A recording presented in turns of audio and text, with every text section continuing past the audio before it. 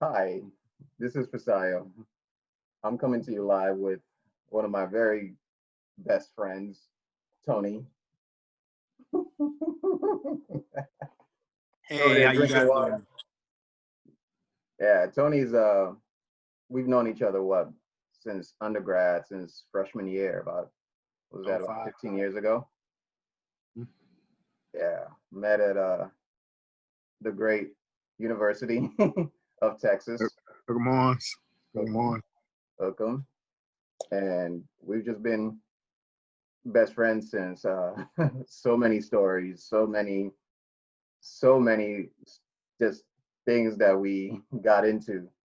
Um, but yeah, I wanted to bring him in here and help me kick off this interview series. This is going to be my first interview series that slash podcast called Highlighting Greatness, because there's so many amazing things that this man has done and that I'm privy to as uh, a friend of his.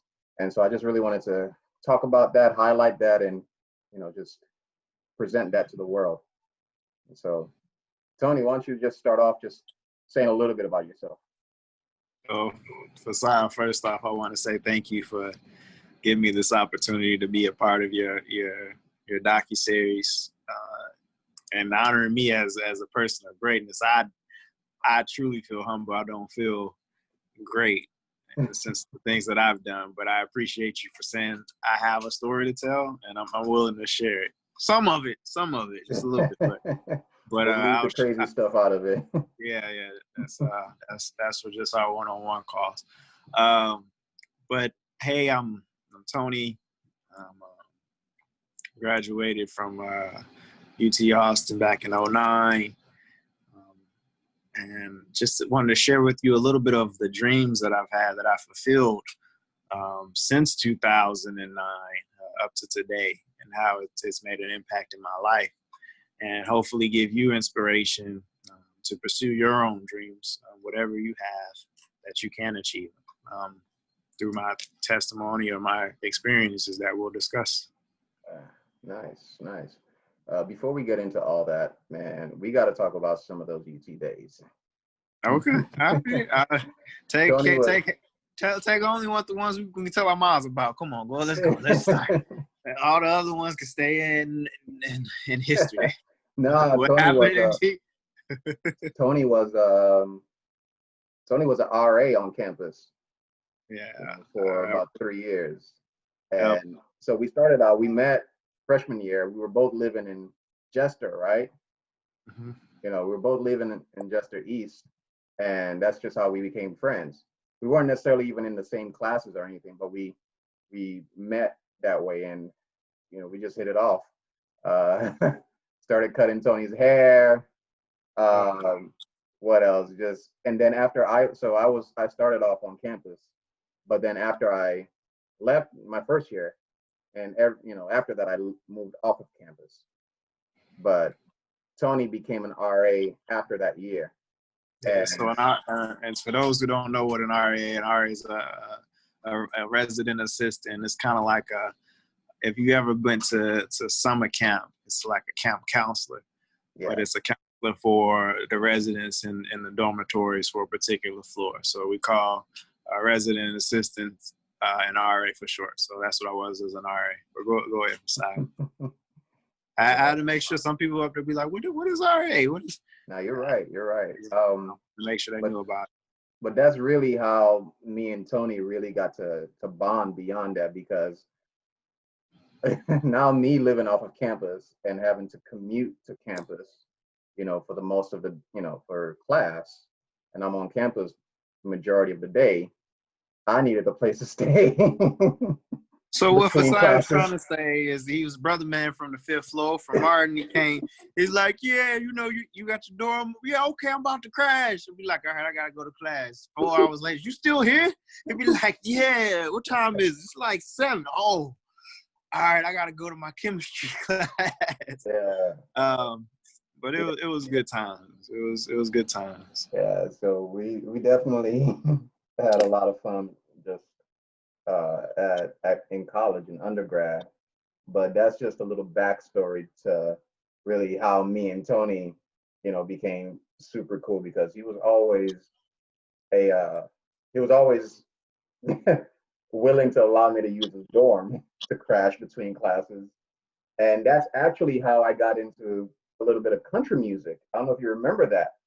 I I told you I was familiar with Nelly because I'm from St. Louis with Tim McGraw and talking over and over again with that. But you was talking about Bruce Springsteen, and it's like, who? What? I was like, I never knew anything about this. Oh, So yeah, that's yeah, how but you introduced me to some no, music that I but never knew about.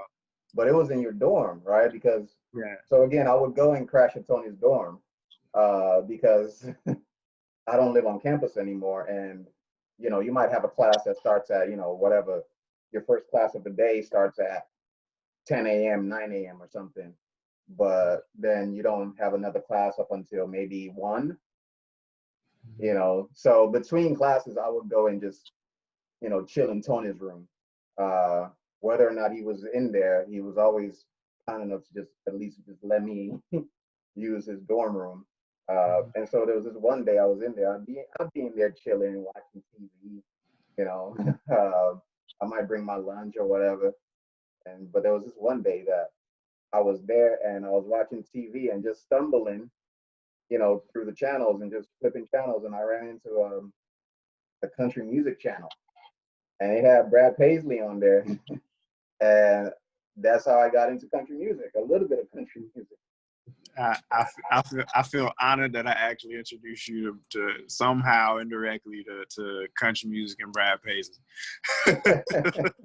You welcome. Yeah, but yeah, and but Tony, one of the things that really stood out about Tony that I saw that I didn't really see with many other of my friends was that Tony got into traveling, and you actually took a trip. Was it our junior or senior year or something?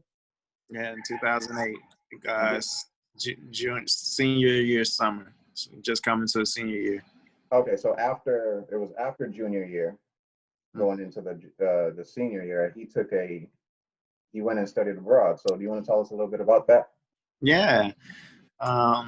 So a backstory is I worked in the Center for African American Studies, where I was a work study student, and I was surrounded by people from all of African diaspora, from Brazil, from Cuba, from Africa, from Nigeria, from Ghana, from people from the Caribbeans, everyone, UK, you name it, anywhere where the African diaspora spreads.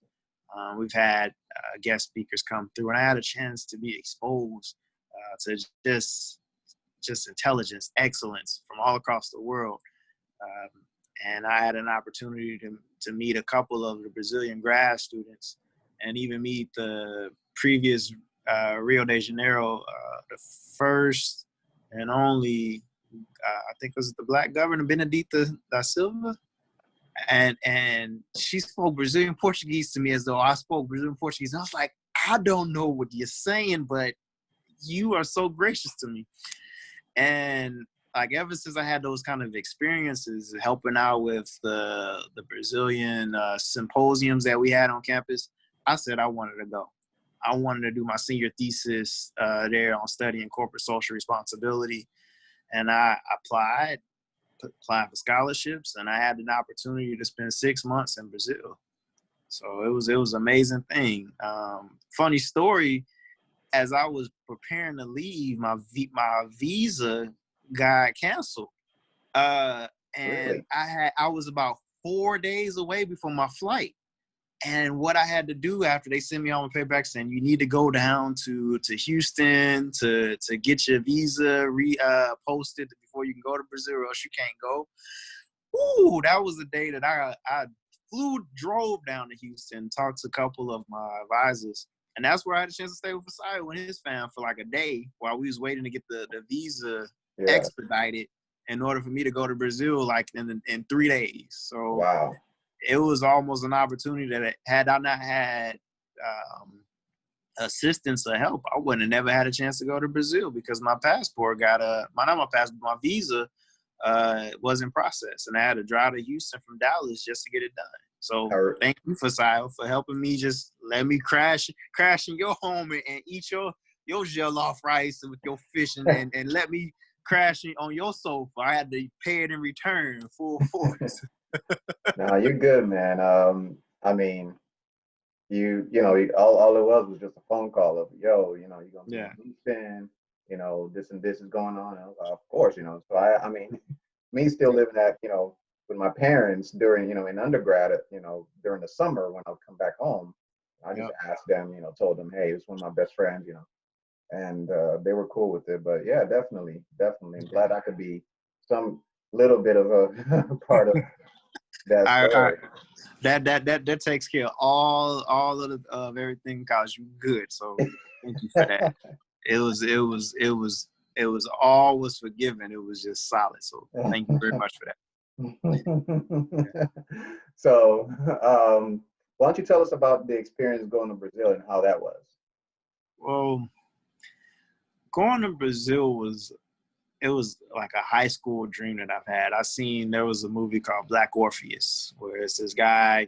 It's a movie that is reflected in Rio de Janeiro in Brazil. And after I saw that movie, like I had the dream aspirations to go, and then working in college surrounded by people, um, African Brazilians, scholars, sharing their culture, taking Portuguese classes. I needed to go, and I had the opportunity to go there, and it was the best experience. It was the reason why I wanted to travel thereafter to all the other countries. I was in Okay. a place that I learned about. The music touched me, the culture touched me.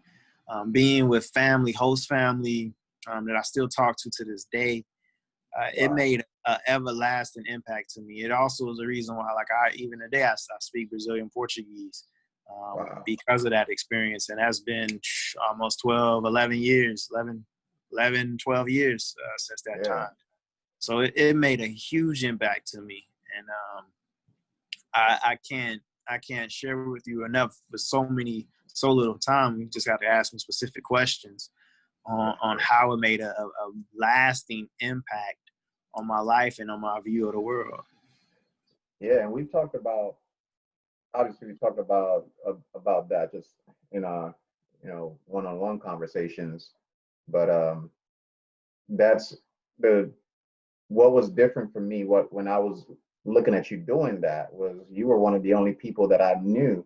Now there were definitely there were people that we knew that went and studied abroad, right? I didn't get the chance to do that because my grades weren't that good, and I was just worried about trying to graduate. But to even think about that, but we saw a few people that of our from our social circle, people that we hung with, people that we knew that were studying abroad, and you went and you did that, and you really just came back from there with um, me looking from the outside, looking at you. You seem like, man, you just did that. You really just did that, you know. And to the point where you couldn't even tell you nothing, like a little bit. Cause there was this. Remember the festival? The Yeah, yeah, yeah, yeah.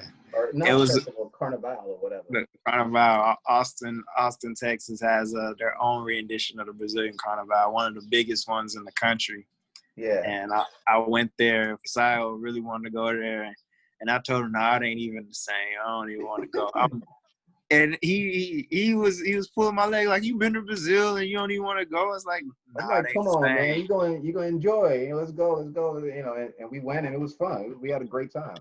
Yeah, that was. I'm glad you it was encouraging Yeah, because I really was like, I just came from Brazil. I ain't even trying to go, but I'm glad right. it was a really good time seeing Brazilians from all across the world.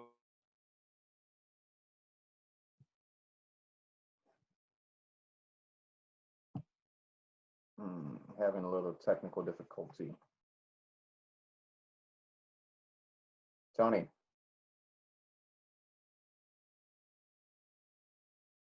Tony, can you hear me? Tony, your screen is frozen. Can you hear me?